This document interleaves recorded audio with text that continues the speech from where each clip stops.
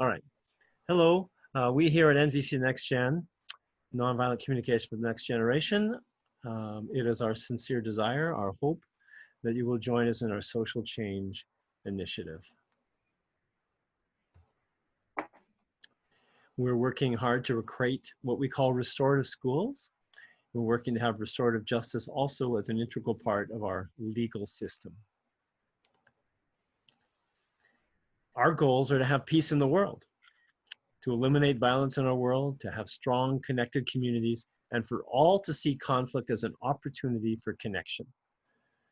And the thing that motivated me to begin to do this work 7 years ago was to never see another mass shooting in our schools or in our society.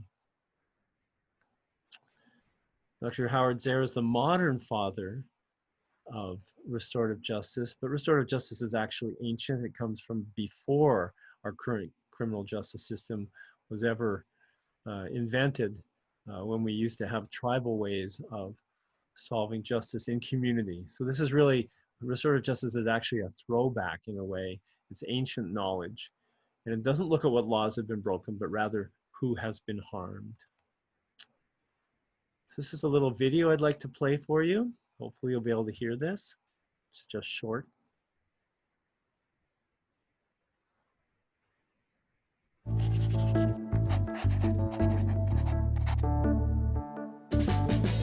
More than half of victims of violent crime don't even call the police in the first place. They prefer nothing to everything we have to offer. The vast majority of crime survivors' pain goes unhealed. What the existence of restorative justice means is that we can no longer pretend we don't know what else to do. As a country, we're really good at punishment. It's passive. It doesn't require people to act, to think. It certainly doesn't require them to change. When we lock people up, we excuse them from their responsibility to answer for what they've done. Restorative justice is a process to hold them accountable. It's a tool. People take turns answering questions like, what happened? What needs arise? Whose responsibility is it to meet those needs? And how is that person going to do it? It requires someone to take responsibility, to repair things as much as possible, and to never commit that harm again. This isn't about feeling sorry, it's about doing sorry. Things like go to school, get a job, pay restitution, apologize, do community service. Restorative justice practices have been used to address low-level infractions like vandalism, up to addressing the impact of murders on the surviving family members. Restorative justice processes are first and foremost about meeting the needs of people who are hurt. Sometimes the person who can make the greatest contribution to a survivor's healing is the person who harmed them. To come through trauma, we need answers to our questions. To say, my life was never the same after you hurt me like that. Crime survivors want the most safety possibly available. So if incarceration actually produced safety, we would have the safest country in human history. That's not what we have.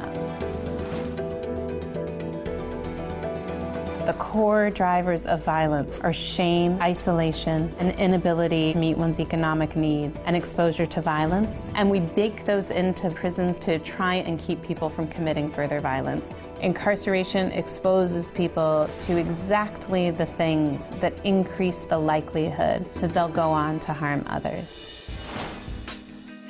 People who are hurt deserve a process that will help them heal. People who are responsible for crime have an obligation to be accountable for that. All of us deserve responses to crime that actually make us safer. Our current criminal justice system doesn't deliver any of those, and restorative justice at its best delivers them all.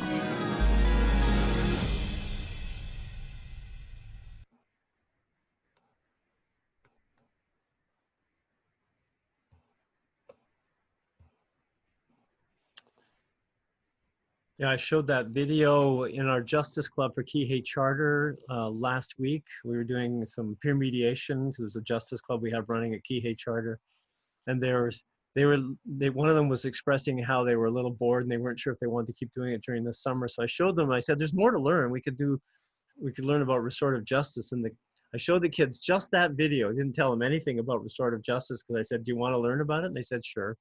And then they came out of that and they said, we should have this at our school. We want to put together a project to teach restorative justice in our school. Why aren't they using this? Why are we doing this? We should be doing this instead of suspending people. And that video has nothing to do with schools. And these kids, like these high school kids, were coming up with this right away. I was really, really impressed. So we're going to continue with our Justice Club through the summer. The kids are really excited to learn more about restorative justice and how that could be used at their school.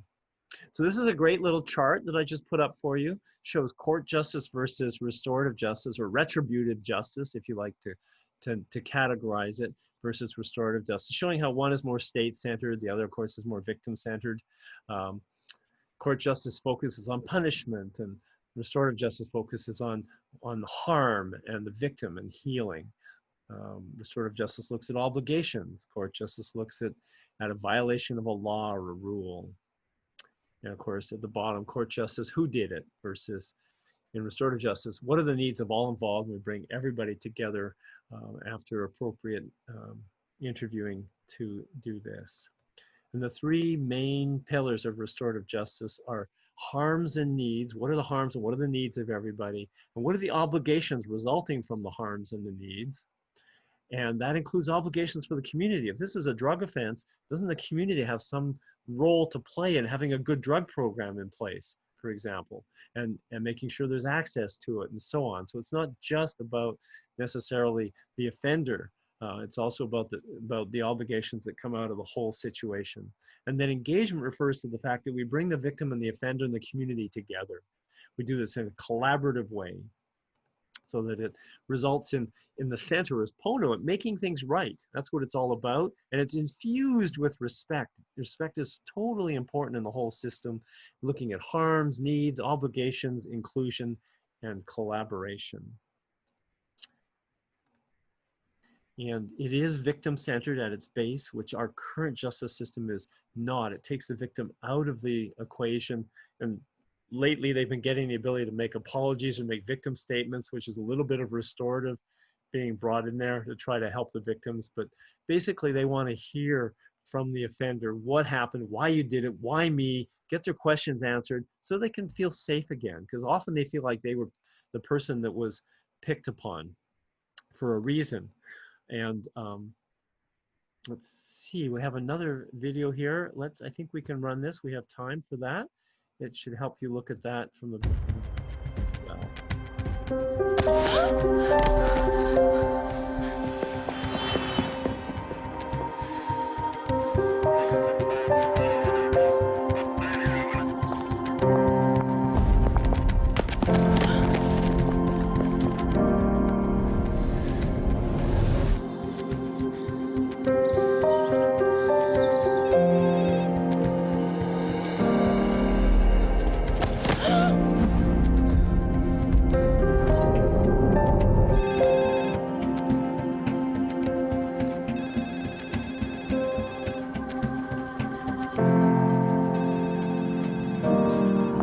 A single act of crime can affect someone long after it happens. The mind replays it endlessly, warping what really happened and consuming our thoughts.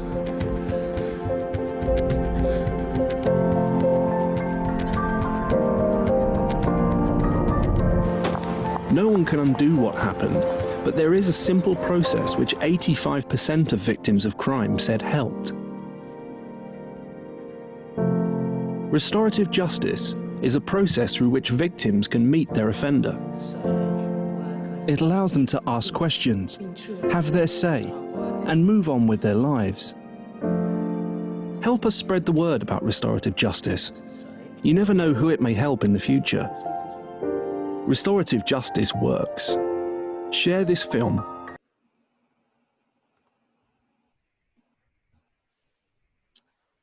So there's a lot of help for victims in the restorative system, because often, as you can read here, the victim needs physical things, compensation. They also need opportunity to express their feelings, a feeling of more safety, empowerment, and particularly answers to questions. And they often, of course, feel all kinds of emotions in here, which can be helped by meeting with the offender. This is not offender the aim is not to help the offender, but it is a restorative system.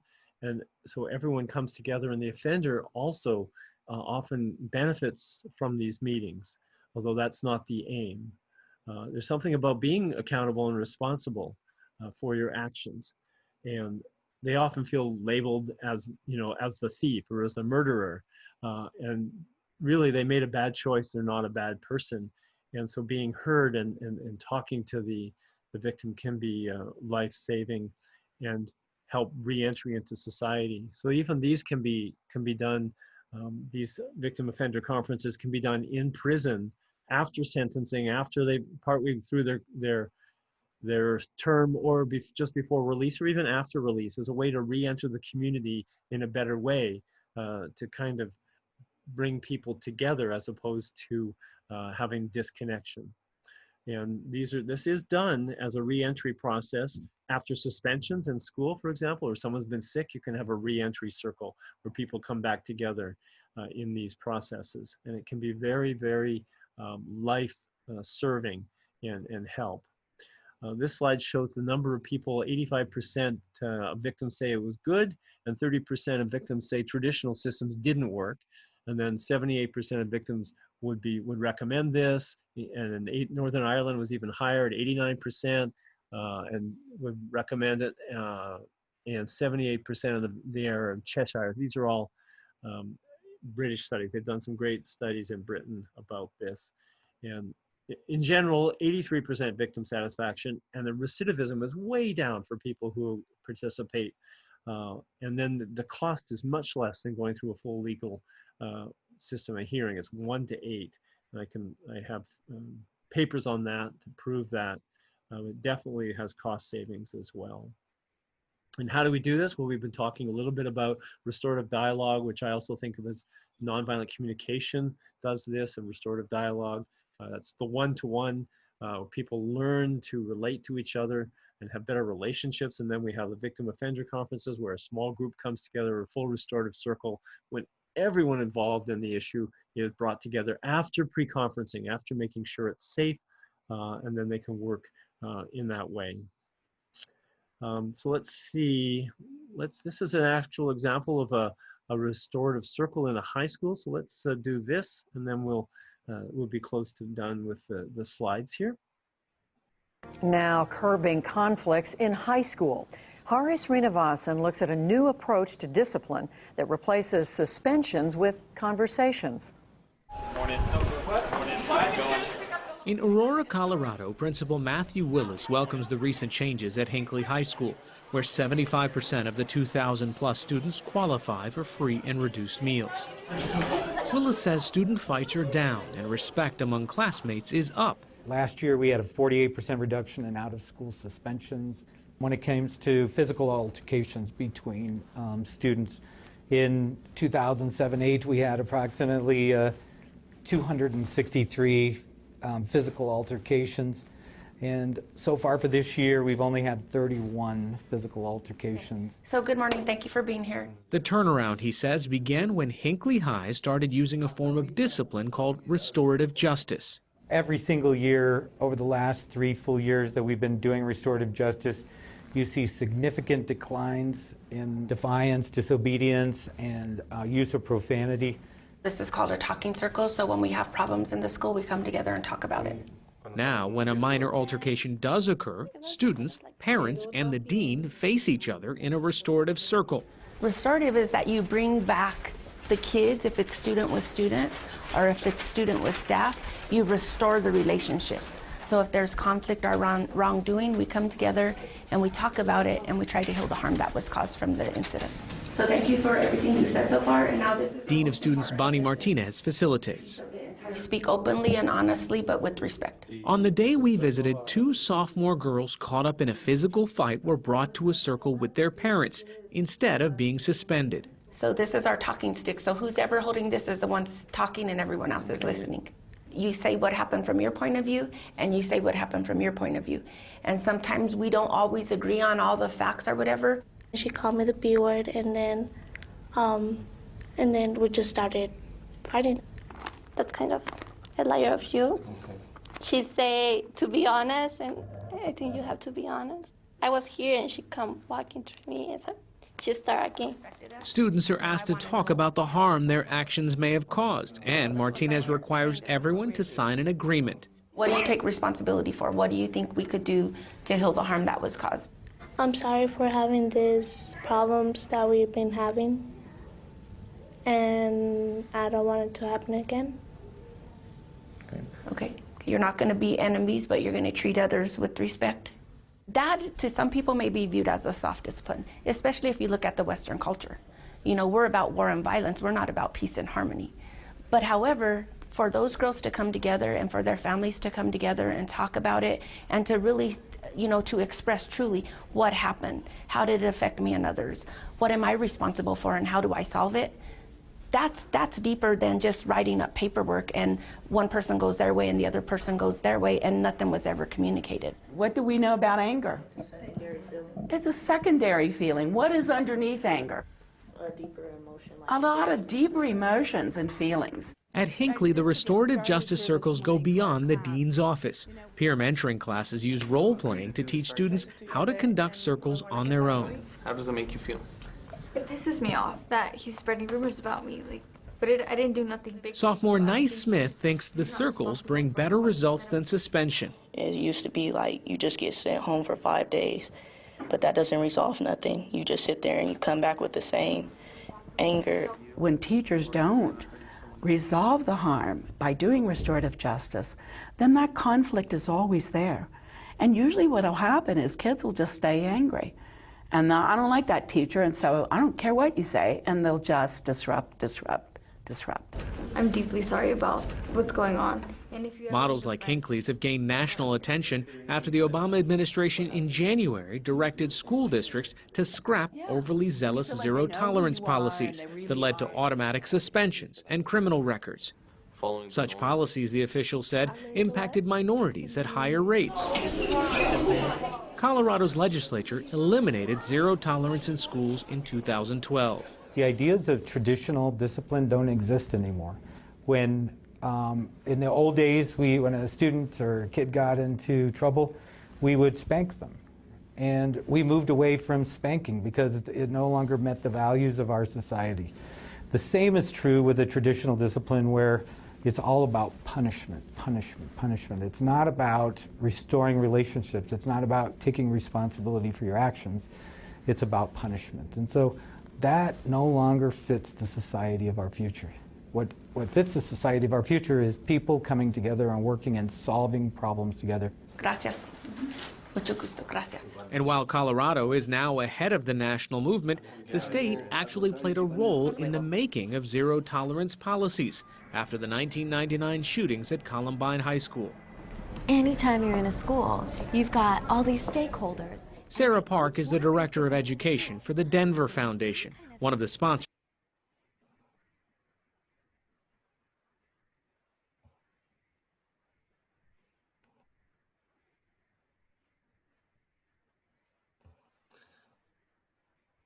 So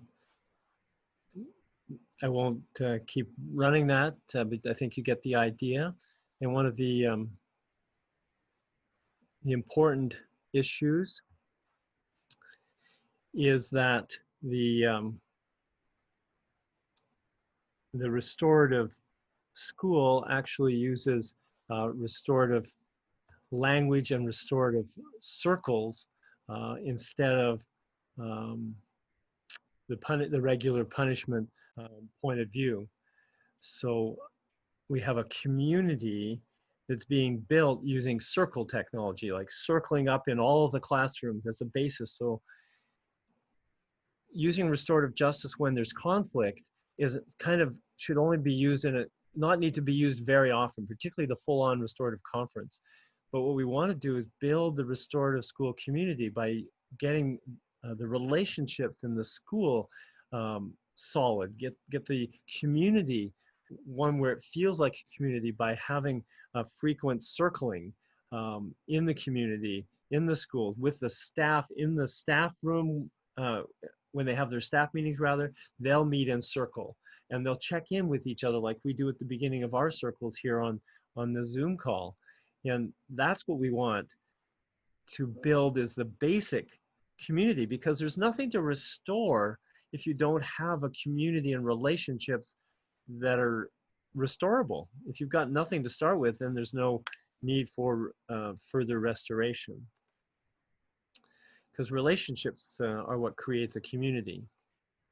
And relationship ecology is at the basis of that, where ecology is that balance, and relationships where we're helping each other, working together with mutualism, not with predation or competition, but looking for mutual support and balance and help.